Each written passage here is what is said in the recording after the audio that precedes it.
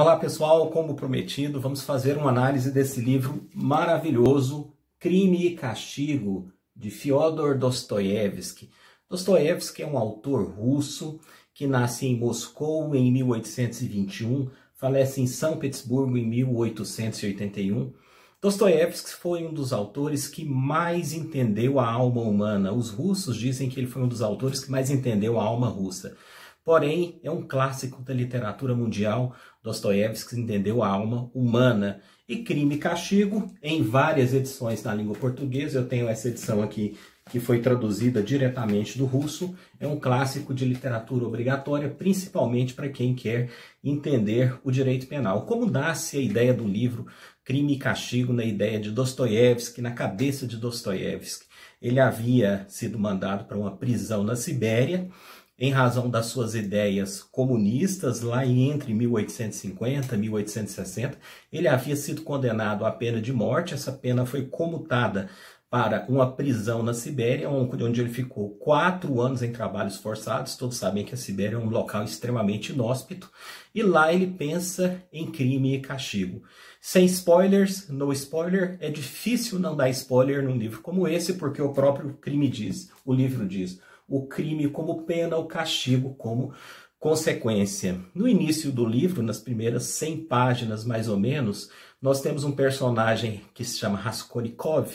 O Raskolnikov, ele é pobre, vem de uma família muito carente de São Petersburgo e resolve estudar direito. Quando resolve estudar direito, ele, pobre, vai morar de aluguel num quarto minúsculo. O livro descreve um local como extremamente inóspito, passando necessidades, e ele vive de uma pensão. Na verdade, a mãe manda para ele uma parte da sua pensão mensal, e Raskolnikov vive de muita pobreza, mas o livro narra ele como uma pessoa muito inteligente, que tem um amigo pessoal que se chama Razumikin. É um amigo de Raskolnikov, eu acho que é assim que se pronuncia em russo, Razumikin. Ele é um amigo pessoal de Raskolnikov e é um conselheiro. Razumikin é um cara que fala as verdades para Raskolnikov, e às vezes eu acho que no livro o Dostoiévski coloca o Razumikin como se fosse a própria consciência de Raskolnikov. Mas o livro é de linguagem fácil, não é uma linguagem rebuscada, até mesmo em língua russa, né? Dostoiévski é muito elogiado por usar uma linguagem bastante popular. Só que Raskolnikov, naquela miséria que ele estava vivendo em São Petersburgo, na época dos czares, na Rússia, ele tem um plano. Ele resolve matar uma velhinha muito chata, muito difícil, extremamente complicada, que é uma usurária. Ou seja, usurária é a pessoa que vive de usura, que vive de emprestar dinheiro a juros. E o pensamento de Raskolnikov nesse raciocínio criminal é o seguinte: ele, matando essa usurária e tomando para si, furtando os bens da usurária, ele consegue não só financiar as suas dívidas, não só pagar as suas dívidas, mas consegue também livrar a sociedade de um mal, ou seja, de uma pessoa que empresta dinheiro a juros, causando o sofrimento dos outros. Ou seja, o crime, dentro de um princípio de proporcionalidade na cabeça do personagem Raskolnikov, compensa. E ele arquiteta esse crime, ele pensa esse crime, e realmente chega o grande dia do crime.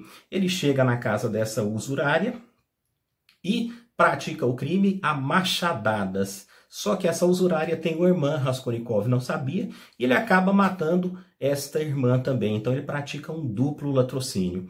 Durante todo o livro, durante toda a investigação criminal do livro, a gente vê um Raskolnikov, rasco da linguagem russa, da língua russa, a gente vê um Raskolnikov totalmente dividido. Isso me lembra muito aquele filme Split, né? Dividido na sua personalidade.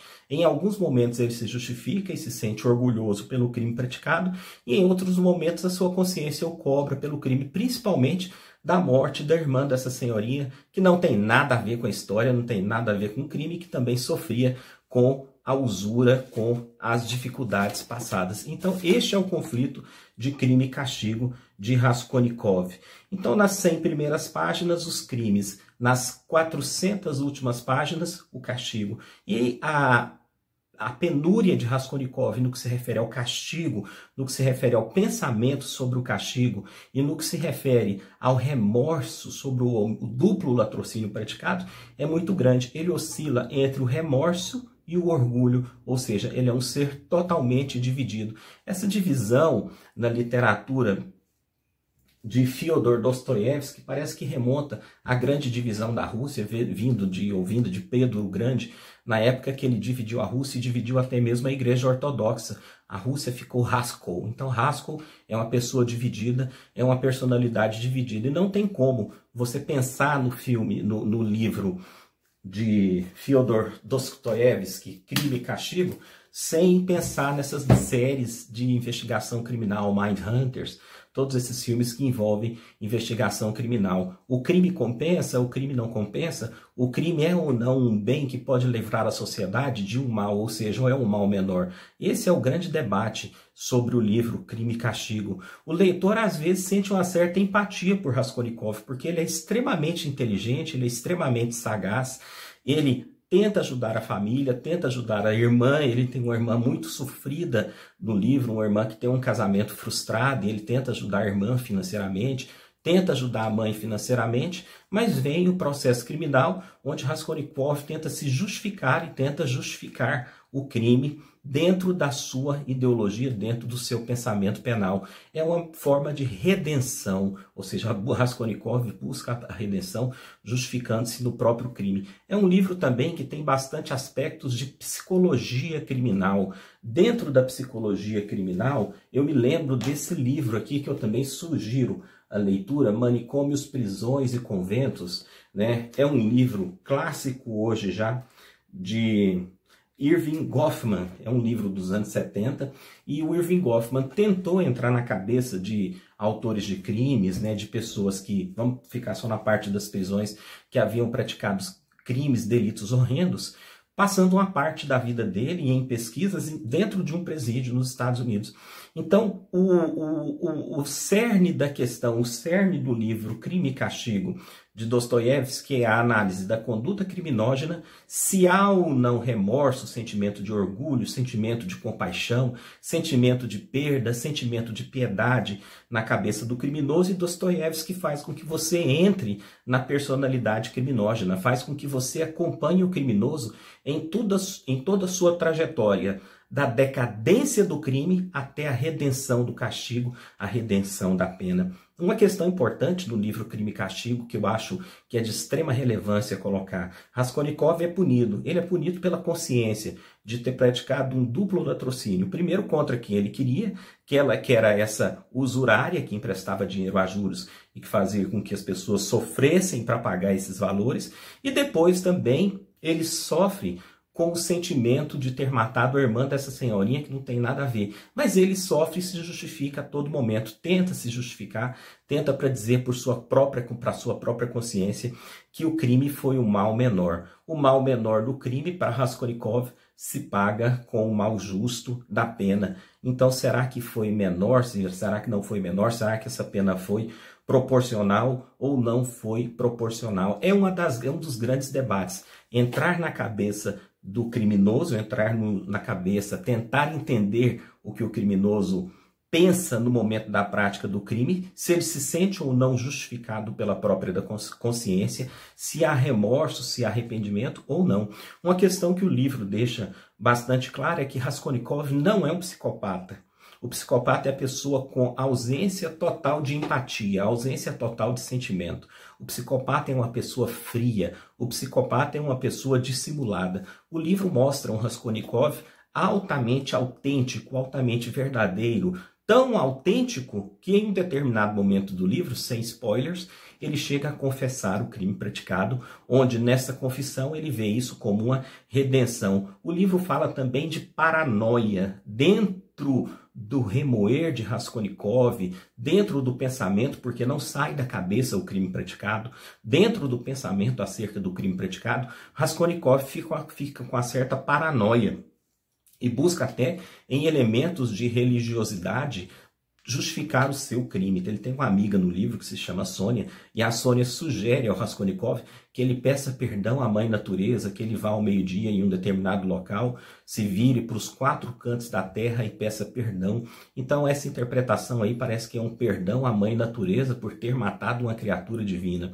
Dostoiévski era extremamente religioso, ele era profundamente coberto por um senso de religiosidade, e isso fica claro nas obras de Dostoiévski. Então, o crime, nesse livro maravilhoso da literatura universal, várias edições em língua portuguesa, várias traduções em língua portuguesa. Essa aqui é traduzida diretamente do russo. Eu achei muito interessante nessa edição aqui, que ela traz logo na primeira página um facsímile, eu não sei se dá para ver, mas traz um facsímile do que foi a primeira capa do livro publicado em russo.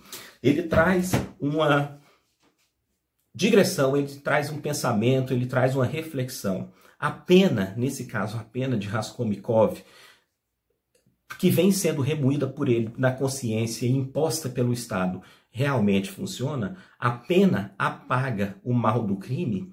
E é necessário que a consciência venha nos cobrar isso a cada dia, não só a consciência como a sociedade. Eu acho que a sociedade nesse livro aqui é bastante resumida e clara e precisa na imagem do amigo do Raskolnikov, que é o Razumikin, que é um amigo extremamente chato, igual Raskolnikov. Ele é extremamente chato, ele é um personagem cheio de empáfia, ele é um duplo, né? Ele é um Rasko, ele é um dividido, na língua russa, Rasko, ele é um dividido. Para ele só existem pessoas boas e pessoas ruins, e ele melhorou a sociedade matando essa pessoa ruim, que era essa velhinha usurária, ou seja, que emprestava dinheiro a juros no livro, e se divide em pessoas boas. E mesmo com a prática do crime, mesmo com a consciência o cobrando, mesmo com esse amigo, que é o Razumikin, que é o melhor amigo dele, mas joga tudo na cara, jogando tudo na cara dele, ele ainda se acha uma pessoa boa, ele não se acha, ele não se vê como a escória, ele não se vê como um criminoso.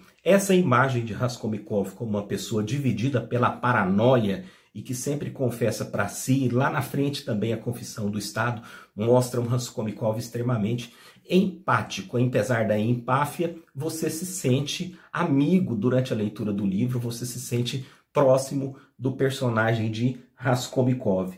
Depois da leitura de Crime e Castigo, de Dostoiévski, não tem como você não se apaixonar pela literatura criminal, pelas questões que envolvem crime, pena, ressocialização. A pena é um castigo ou a pena é uma forma de redenção? É um dos grandes debates da humanidade e não se tem uma resposta correta.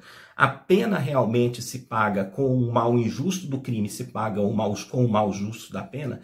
É uma das grandes questões colocadas dentro da literatura criminal. E você também tem uma questão de aceitação.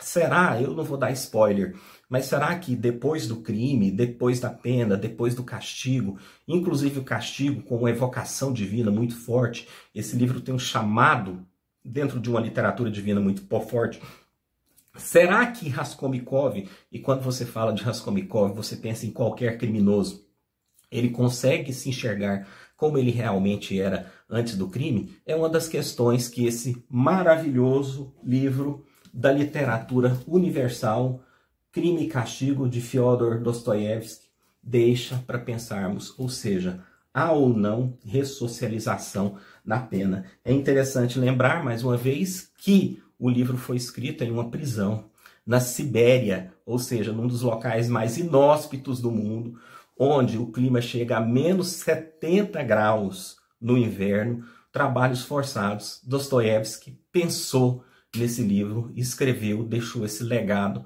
para a humanidade. Muito mais do que a leitura da alma russa, o nosso autor, Fyodor Dostoiévski, ele faz uma leitura da alma humana, com grandes lições de psicologia criminal. É um livro indispensável dentro da literatura universal, é um livro indispensável para quem quer entender direito penal e criminologia, para quem quer entender a mente do criminoso, como a mente do criminoso funciona. Esse livro é uma aula incrível de psicologia jurídica, criminologia, comportamento do réu ou comportamento do acusado, e que deve ser lido e relido. Eu li várias vezes, li na faculdade, li recentemente com essa versão traduzida direto do russo, e eu espero que com esse vídeo você se sinta instigado a ler Crime e Castigo de Dostoiévski, um livro extremamente interessante e de leitura obrigatória. Eu já vou dar uma dica, você começa a ler e não quer parar mais. É o tipo de livro de leitura fácil, de leitura dinâmica e que faz com que você tenha uma extrema empatia, alguns sentimentos de aflição durante a leitura, alguns sentimentos de ansiedade durante a leitura, mas um livro maravilhoso. Leiam Dostoiévski, Crime e Castigo, indispensável para quem quer entender a mente de um criminoso, a mente de um latrocida. Grande abraço para vocês, essa é a nossa análise de Crime e Castigo.